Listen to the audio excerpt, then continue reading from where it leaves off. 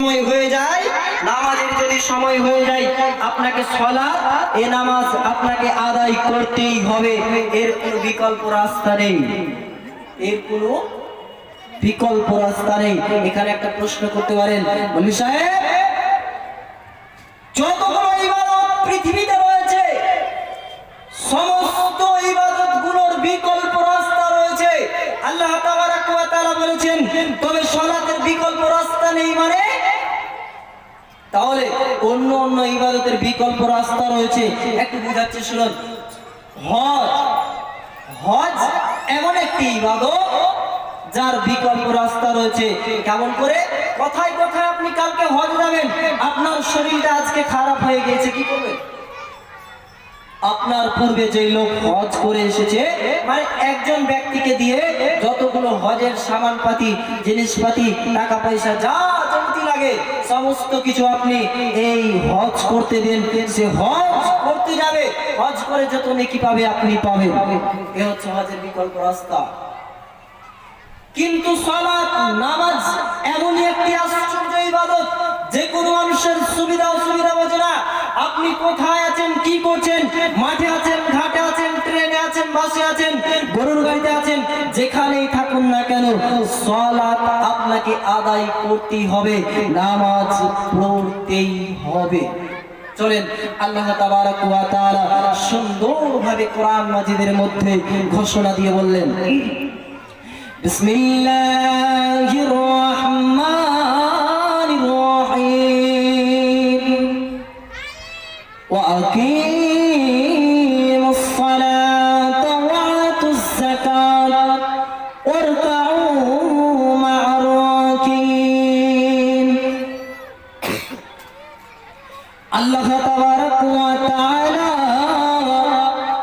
সুন্দরভাবে কোরআন মাজিদের মধ্যে ঘোষণা দিয়ে বললেন, আল্লাহ তাবারাক ওয়া তাআলা সুন্দরভাবে কোরআন মাজিদের মধ্যে স্পষ্ট ভাষায় জানিয়ে দিলেন, ওয়া আকিমুস সালাত, তোমরা সালাত আদায় করো, তোমরা নামাজ পড়ো, ওয়া আতুজ যাকাত, এবং তোমরা যাকাত প্রদান করো, ওয়ারকাউ মা'আর রাকিন, এবং তোমরা রুকুকারীদের সাথে রুকু করো।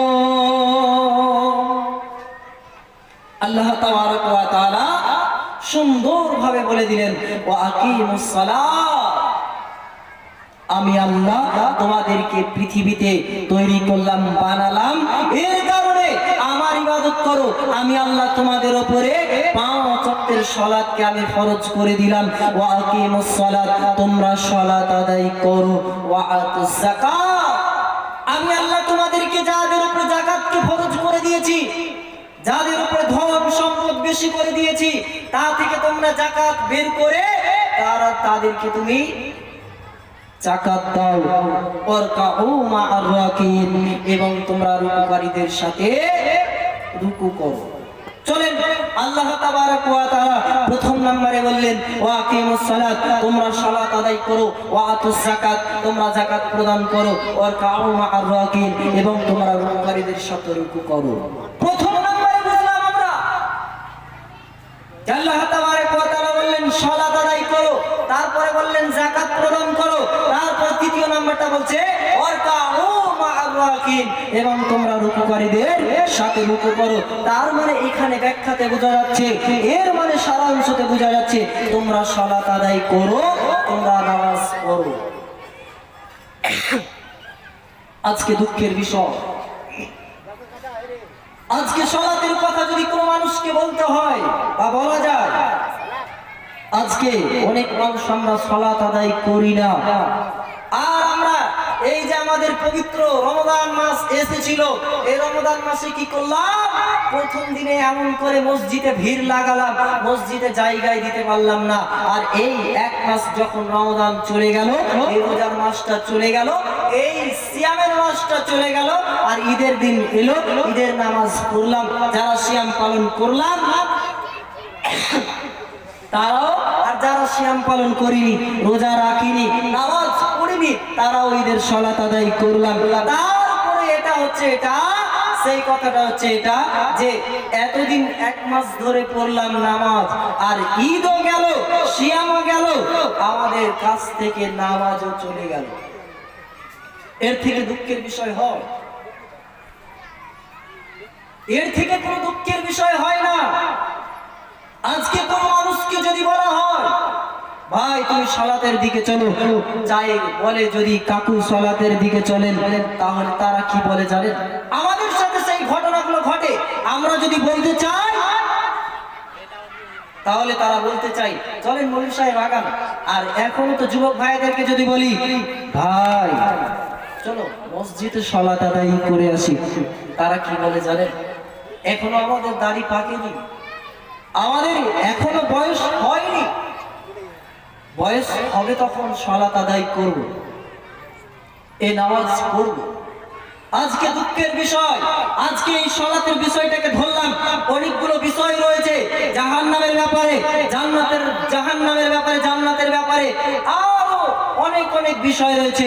বিষয়গুলোকে ধরতে পারতাম, কিন্তু এই সালাতের বিষয়টা ধরলাম কেন? এই কারণে আমাদের মসজিদের মুসল্লি কম।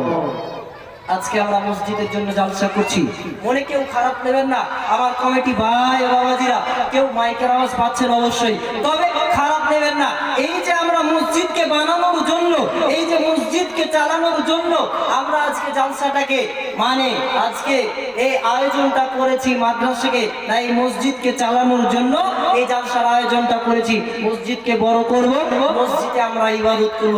আচ্ছা বলেন, এই মসজিদে আপনার কথা আমি মানলাম, মসজিদ বড় করবেন, মসজিদ বানাতে হবে, আল্লাহর ঘর, আল্লাহর ঘরে মসজিদ এর ইবাদত করতে হবে, তার ইবাদতের লোকগুলো অনেক কম হয়ে যাচ্ছে।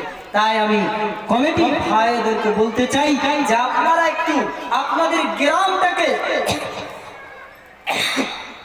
খাস করে আপনার যতগুলো আপনার মসজিদের আন্ডারে যতগুলো লোক রয়েছে সমস্ত লোকগুলোকে বলেন, সমস্ত এই সর্দার মেম্বার যারা রয়েছে তাদেরকে বলেন, যারা সর্দার রয়েছে তাদেরকে বলতে বলেন, আপনারা বলেন যারা সালাত আদায় করবে না, যারা নামাজ আদায় করবে না, তাদের কোনো ফিতরা নেওয়া হবে না, তাদের কোনো ইবাদতে মানে তারা যদি কোনো মানুষ যদি বেনামাজি হয়ে মারা যায় তাহলে আমাদের ইমাম সাহেব জানাজা পড়াতে যাবে না, আমাদের ইমাম সাহেব নামাজ পড়াতে যাবে না, আমাদের ইমাম সাহেব বিয়ে পড়াতে যাবে না।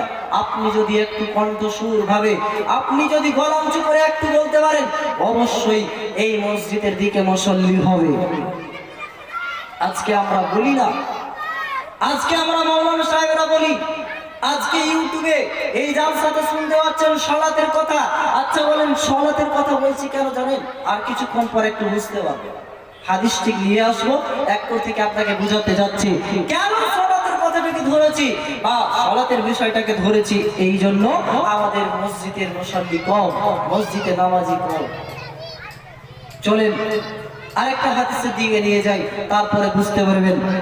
وعن ابي هريره رضي الله تعالى عنه قال قال رسول الله صلى الله عليه وسلم الصلاة ثلاثة وثلاث الطهور ثلث والركوع ثلث والسجود ثلث فمن ردها بحقها قبلت منه شعير